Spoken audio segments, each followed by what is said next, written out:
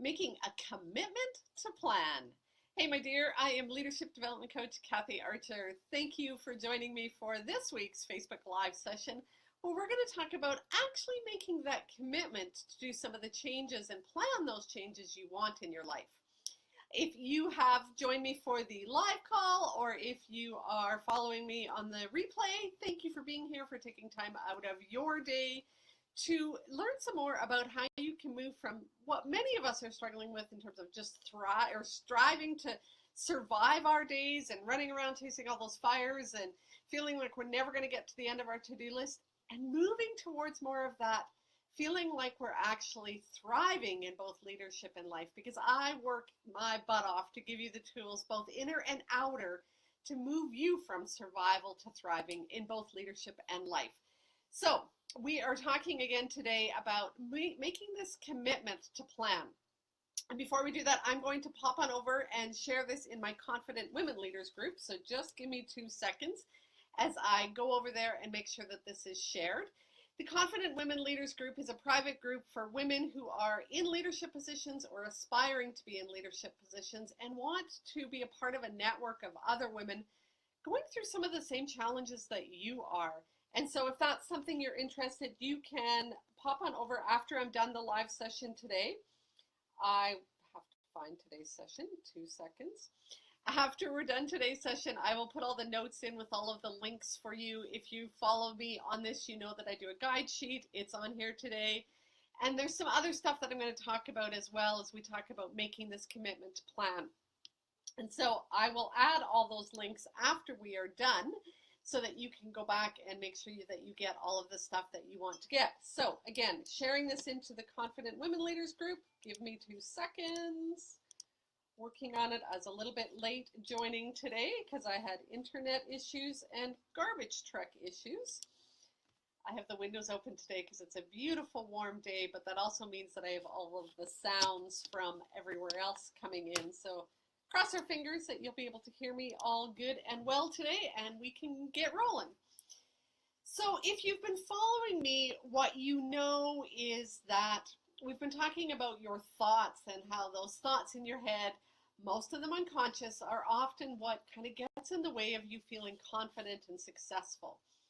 What we've also talked about, if you've been following me for the last few weeks, is that once you start to get control of those thoughts and manage those thoughts, it also manages your feelings and your experiences and your emotions.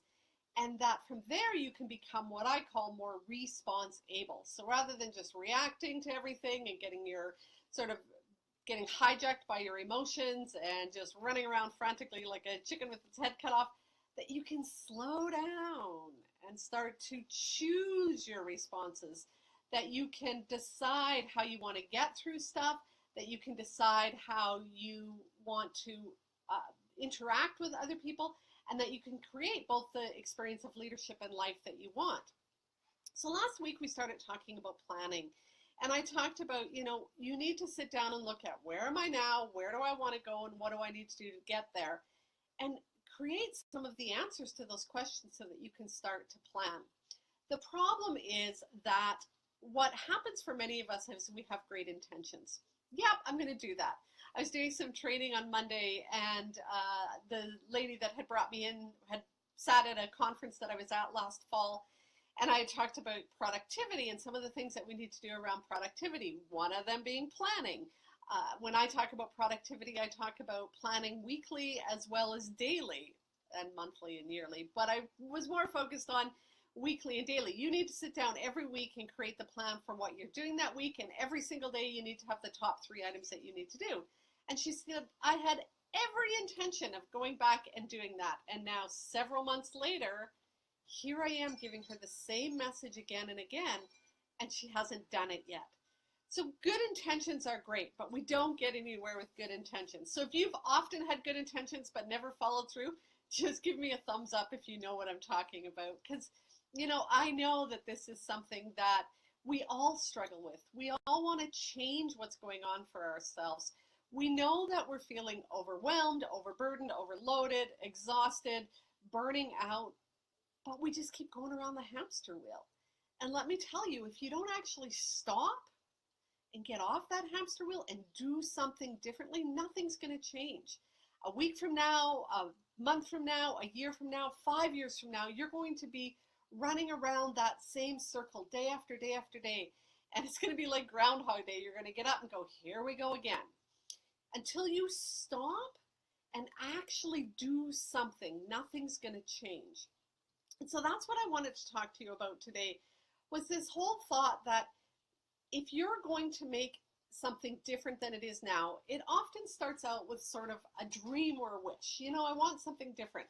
I was going for a walk here a couple weeks ago, and I passed my neighbor, and he stopped, and we were chit-chatting, and he said, yeah, the wife wants to build this flower bed out front of their house, he said, but, you know, she wanted to do it this weekend. We haven't done any planning yet. And so we were kind of chuckling about, you know, how we often can Pinterest our lives to death. You know, we can go on Facebook, we can go on Pinterest, and we can have all of these beautiful ideas. But at some point, you know, if you're going to sit there and look at, I want to create a garden, you know, a flower bed or a raised garden or something, you have to take it from a dream or a wish to a goal. And a goal has a timeline attached to it. I want to do that this weekend. I want to do that next weekend, maybe in the next month, whatever the timeline is. Then you have to take that next step of creating a plan. What do I need? How much of it do I need? What's the steps? What's the order I need to do? And then you need to take action. But what we often kind of do is go from this dream or this wish to let's get going, and we miss that middle piece. And that's why we often get stuck or mixed up when we try to do changes and then give up, or we never actually start because we never stop and go from a dream or a wish to actually setting a goal and then starting the planning stuff. And so we need to do this piece where we're, what is it that's wrong with my life? What am I struggling with? Where am I having difficulty balancing leadership in life? Where am I feeling, you know, this frustration and pain and agony day after day after day? What's going on? What do I want to see differently? And then start to make that plan. So today, I really want to emphasize this. You need to, there's no magic pill. You need to just sort of stop and commit to making that plan. Just decide. Just decide what you're going to do, decide when you're going to do it, and sit down and start to create that plan.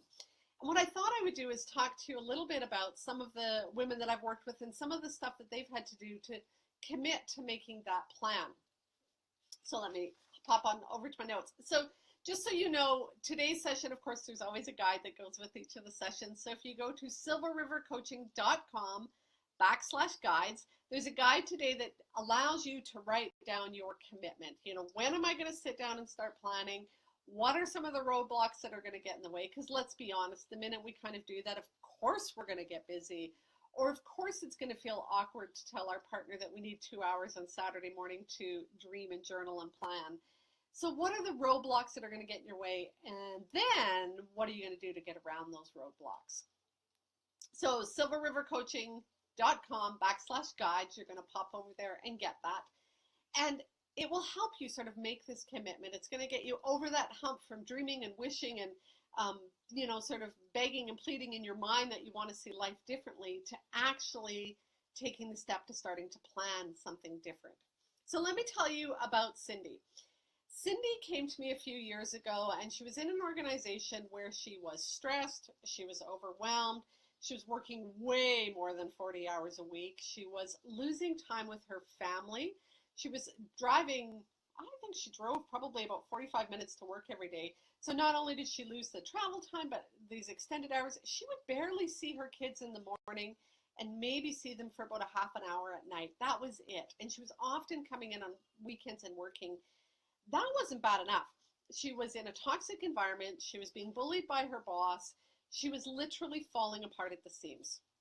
You know, emotionally, she was a basket case. Physically, she was struggling with, you know, her ulcers and stomach stuff, and she just was a mess. And she was kind of spitting, and week after week we would like talk, and she would say she wanted to do something, and I would give her some homework, but she just, you know, wouldn't do the homework, and she'd come back saying I was too busy. And at some point, something just happened for her. And she made a decision that enough is enough. And so she started working through week after week, creating some plans. One of the first things that she had to do was had to figure out how to start healing emotionally. As I said, she was being bullied. She was feeling very low self-esteem, just damaged goods, really. And so she had to first figure out how to reconnect to her spirit. She was very musical. She loved to write. She was very connected to nature. So we started to first make a plan about how do you sort of awaken that spirit again. When you're a beaten person, when you've been knocked down and kicked down so many times, that's kind of the first step sometimes. Once she started doing that, she realized that this wasn't an organization that she wanted to work for anymore, and she wanted to get out. So we had to step back and say, so how will you do that financially first? That was her big thing. You don't just quit your job tomorrow and just, wish and hope and pray that the bills will get paid. You got to create a plan to sort of get through that. So she had to first figure out, how am I going to talk to my partner about that? And then how are we going to create a financial plan so that I can quit my job and figure out next steps? So that was some of the stuff that she did. And again, it wasn't until she sort of had enough and made that commitment and said, what is it that I need to do differently? And I'm going to make a plan to start to make some of those changes. So that was one lady that I worked with. Another lady that I worked with, she was a business manager in her organization, and she knew what she wanted. She was pretty clear. I want out of here and I want to start my own business. And she just couldn't do it. She struggled with that lack of confidence. She struggled with feeling good about taking those steps. And there was all of this doubt and fear and stuff in her mind that was going on. And what she had to do at some point, again, coaching her week after week after week, where I'm going to do it, no, I'm not. I'm going to do it, no, I'm not. I'm going to do it, no, I'm not. And again, just one day, she finally made the commitment to start planning. And so one of the first things she did was create a business plan for her new organization and her new business that she wanted to run. And that created that fire in her belly, that excitement, that passion for what she loved to do. Then she had to create a plan for, again, financially, how are we going to do this as a family?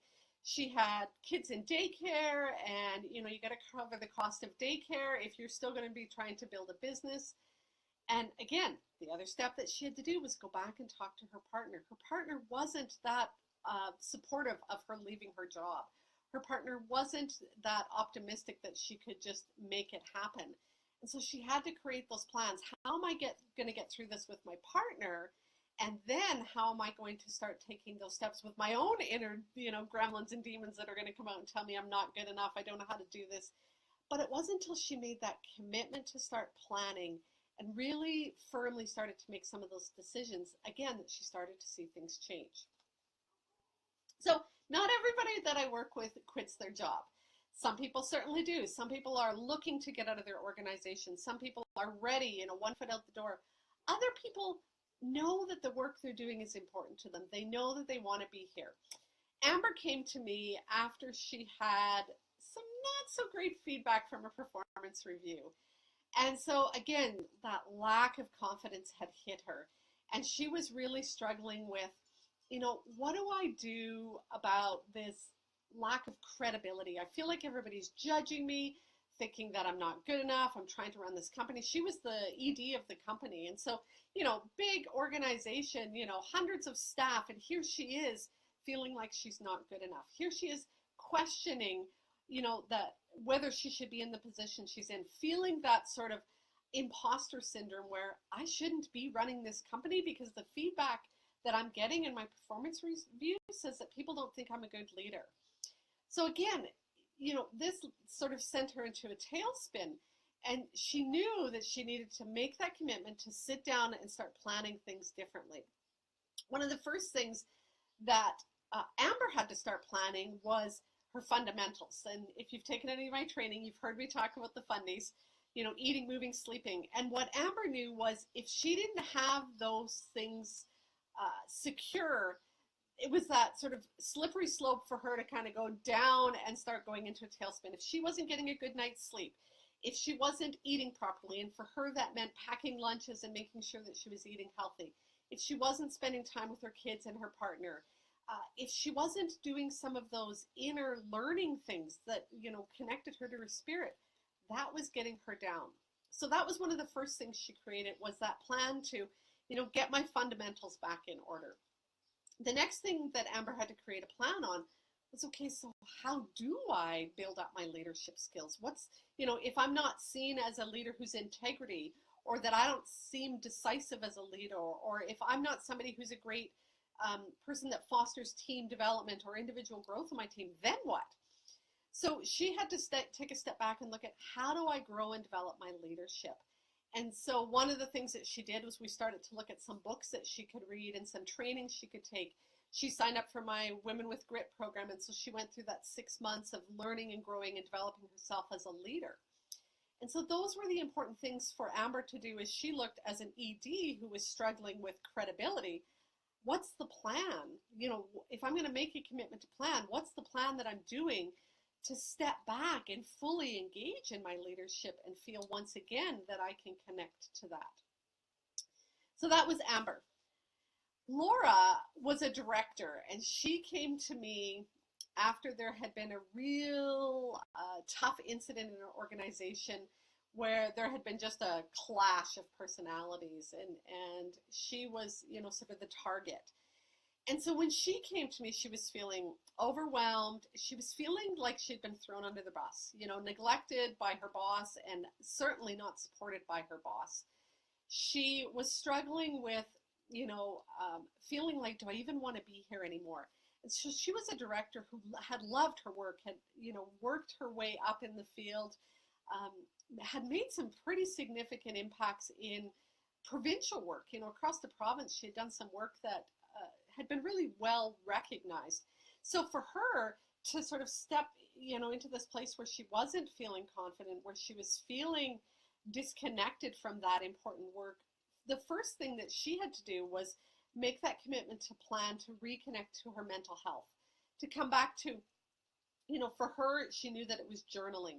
She'd been working an incredible amount of hours, and so we made a plan simply to start, being aware of how many hours she was working. The first thing she had to do was just record how many hours she was working in a week, which was a huge eye-opener for her, because she had been in that for a long time, in that mode of overwhelm and overwork, and didn't really realize how many hours she was putting in. So part of the initial plan was awareness, what's going on for me, what's really happening. She was struggling health-wise. She had some serious health issues that she hadn't dealt with. And so the plan was to, get to a doctor, find out what the next steps are. In the end, she took a little bit of time off work to kind of regain that physical balance for her. The other thing that she had to do was, she had to make a plan to start building a network of support. She wasn't necessarily going to get all of that support in her organization. And so she had to create some of that support outside of her team. And so she started just reconnecting with some old girlfriends that she had and going for lunch once or twice a week. And that started to, just make her feel connected. But what she also did was, she was a healer, and she had been involved in some of the Reiki stuff and things like that, had been a Reiki trainer. So she reconnected to that healing world. She went to a couple conferences that had nothing to do with the work world that she was in, but into that place that was really something that was strongly connected to what she wanted to do. And that just reconnected her to her purpose. That made her feel alive and inspired, and, decided sort of to bring some of that back into her work world. So again, when she came to me, she was on the edge. Do I even want to be here anymore? Do I want to be in this field anymore? And by the time she made a plan and started taking the action to make that plan, she really started to change what she was doing. One last example, because I think, again, there's a zillion things that are going on for us. We're not all the same, and that's really important to know. Each of us is struggling. There's many of us who are not necessarily happy with our experience in leadership and life. And we're not all going through the same thing. There's similar challenges that we're going through, either physical or feeling emotionally out of balance, or feeling not supported by our organization. I mean, there's similar things, but in truth, each of us has our own story. So I think it's really neat to look at stories. Becky was a team leader that came to me with extreme health issues, very overweight. She had problems with a knee. and should have got surgery like 2 years ago. But she had a job to do, and people needed her, and she needed to do lots of it, and she couldn't get out of that habit, right? And she was in this, spiral of constantly, focusing on work and neglecting her health. And that had really started to damage her spirit. Again, too many hours of work, feeling overwhelmed, exhausted, and the health issues were not helping. The more she worked, the more hours she put in, the less healthy she felt. The more that impacted her performance. The more her performance was impacted, the worse she felt. And it was just this spiral downward. Again, once she made the commitment to sit down and plan, once she decided, okay, I'm done with this, I want something different, the first thing she needed to do was reconnect to that inner spirit. What's important for me? What do I love to do? Why am I in this job? What brings me excitement and passion and happiness and joy in my life? For her, it was music and her church. She played piano at her church, and she kind of got away from that because she got too busy and the health issues were getting in the way. So she went back to doing that. Then we started to look at increasing her confidence. She needed to set some boundaries at work. She needed to start being clearer about what she was capable of and not capable of. She had taken some training around assertiveness and communication, and so we started to bring that in. All of that training is great, but if you don't apply it and use it, it really doesn't do any good. So we started to look at, okay, what do you need to do with that training that you've had? What's the conversations you need to have? How do you need to step back? She felt that she had to be there, had to have her finger on the pulse, could not let go, could not even think about going for surgery because she was so afraid of letting go of the work. And so once we started to create that plan to step back, create some other things in her life and do those changes, that's when things really started to change for her. So those stories, I think, demonstrate that nothing changes until we make that commitment to change. Nothing will change until we decide I'm done with things the way they are and I'm going to start planning things differently. Again, we don't just change overnight. We don't just sort of snap our fingers or wave our magic wand and things are different tomorrow. We go from that wish or that dream to creating a goal with a timeline and sort of clear indicators of what we're looking for, to then planning it and then taking action. And you've got to take it from that dream and that wish to goal. What is it that you want to do? And some of us don't even know what that is, and we need to sit down and do some of that sorting out about what that is. And that's that commitment that we need to make. You need to just decide. Nobody else is going to do it for you. Nobody else is going to give you a slot in your calendar. Nobody else is going to say, here's a couple hours on a Saturday morning. No one else is going to tell you how to do this, when to do this, why to do this. That has to come from in here for you. So you need to just make a commitment. Just decide, now's the time. I'm going to schedule an hour or two in my calendar or on my weekend or in my evening, and I'm going to start making a plan to make some of these changes. The life you want is not just going to happen. If you want something different, it's not just magically going to appear out of nowhere. You have to work at it. And you have to create that plan that's going to help you do the work. That plan that's going to get you over those humps and bumps when they show up, because they will. Nothing ever goes smoothly. Nothing ever goes without those things that sort of knock you off kilter. You need to start to plan that, make that plan so that you can get through those. So again, if you want to commit to that plan, pop on over and go to silverrivercoaching.com/guides. You're going to get the guide that's going to help you just make that commitment to sit down and do this. And when you do, that's when you'll start to see things dramatically shift for you. So there's a couple other things I wanted to talk to you about. I wanted to make sure that I got everything covered today. Reminder that Confident Women Leaders Group is there for those of you that are wanting some support. So if you're wanting to make this commitment to make some change and you're wanting some accountability, I'm going to pop a post into that group that says accountability, and all you need to do underneath is say, this is my date to plan. This is my commitment to sit down and plan. We don't need to know what it is you're changing. We don't need to know what's going on. Certainly share some more of the story if you choose to. But just, I'm making a commitment. Sometimes that accountability helps for people. So I'll share the link to the Confident Women Leaders Group when we're done. I also wanted to let you know I've started to touch base on this.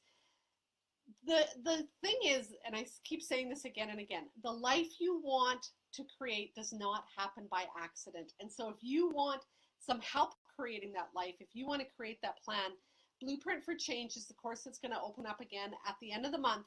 And so I again will put the link in here for that so that you can get signed up for waitlist so that you know when that comes out. But Blueprint for Change is going to help you strategically change the direction of your life. And I think that's the important thing that you need to look at. Again, the life you want does not happen by accident. And so join me at the end of the month so that you can create that strategic plan, that blueprint for you to make change. The last thing that I want to tell you is I'm doing 3 free webinars at the end of the month. They're all the same, but you can pick your date of which one fits for you. And that's End Your Inner Turmoil. Discover your next steps towards creating more harmony in your leadership and life. And so, again, I'll put the link to that in so that you can look at what is that challenge you're having?